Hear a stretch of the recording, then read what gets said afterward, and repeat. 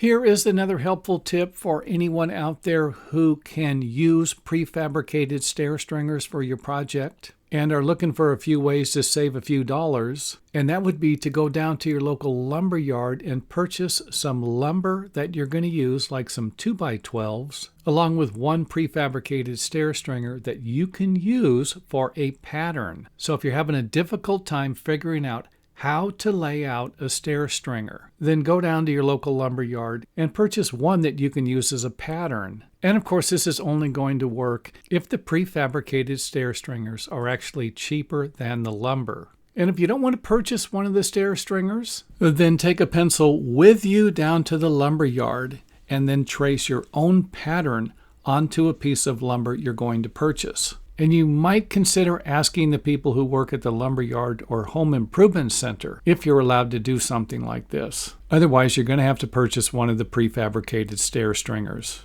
And then simply purchase that piece of lumber and then go home and make the necessary modifications, or cut this stair stringer out and then use it as a pattern for the rest of your stringers. And even though it hasn't happened in a long time, I actually got this idea from one of our viewers and simply thought I would share it with you. And thanks for watching. If you enjoyed the video, let us know by hitting the thumbs up button or letting us know in the comment area.